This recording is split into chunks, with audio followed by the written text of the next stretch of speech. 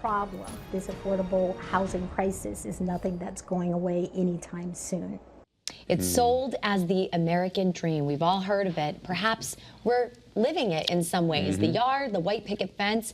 But for thousands in Connecticut, owning a home now looks and feels like an unattainable dream. The I-Team is digging into different parts of the affordable housing crisis in our state, from the bad policies advocates say lead to this crisis to the solutions the state is looking into. Chief investigative reporter Sam Smink is digging deeper into the biggest hurdles. Navigating the housing market these days feels almost like playing a game of Monopoly you're destined to lose.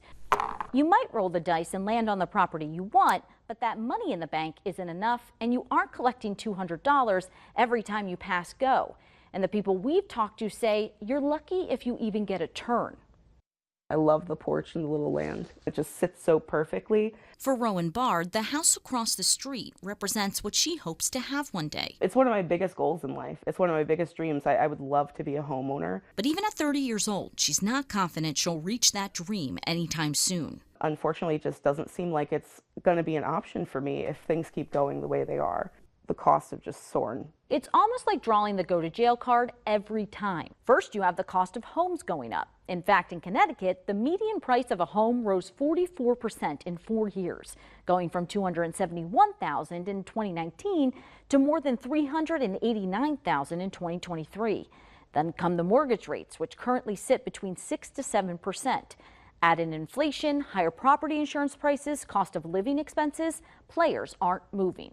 There's a lot of discouragement because of that. Bridget Russell sees the discouragement every day through her work with Neighborhood Housing Services of New Haven, a nonprofit that not only builds and renovates homes, but helps people across the state buy and stay in them. Our job is really working with prospective customers who want to purchase homes, and also existing homeowners who might be distressed behind in their mortgage and they're trying to save their home. Russell's job as director of the Home Ownership Center is to bring optimism and options. We have home buyer education classes, landlord training, financial boot camp. We're going to talk about the different down payment and closing cost programs that are available. She says most people don't know where to begin or what financial resources are even available to them.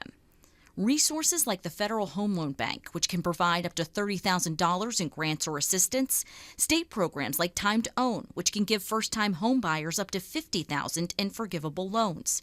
Even the town or city you want to move to might have something, Russell says. If you're going to buy in New Haven, the Livable City Initiatives has their program up to $20,000.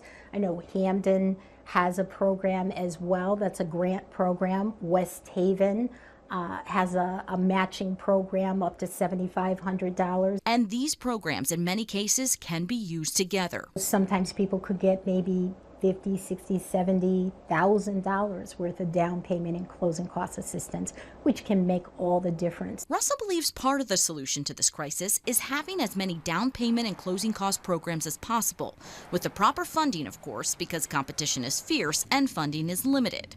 For example, the Federal Home Loan Bank program often opens in April but runs out of money by August, according to Russell. And even though the state's Time to Own program just added $40 million to its bank, Russell doesn't expect the money to last long. So if it runs out while you're looking, that's unfortunate. And that's why, one of the things that I'm always going to advocate for is as many down payment and closing cost programs as we can have. Her goal is to make sure people like Rowan Bard. Do you think you'll ever own a home? I really hope so. I really hope I can get there. I'm trying to save up. Won't have to give up on their dream. Now, with many of these programs, you have to actually find a home first. And that's the problem, according to everyone we spoke to for the series. There aren't enough places to live. Tomorrow, we take a closer look at what that limited supply is doing to the state. For the I-Team, Sam Smink, Channel 3 Eyewitness News. I love how creative they were shooting that. The visual with the Monopoly board, too, really 100%. just kind of helped pull you right into the story. All right, you can see the full series on hurdles to home ownership on the WFSB Plus. Sam reports include issues with supply, zoning restrictions, and laws surrounding affordable housing. All right, good stuff. Good information to put out there. And now we're going to toss it over to Marcy, who is driving away with some great stuff, too.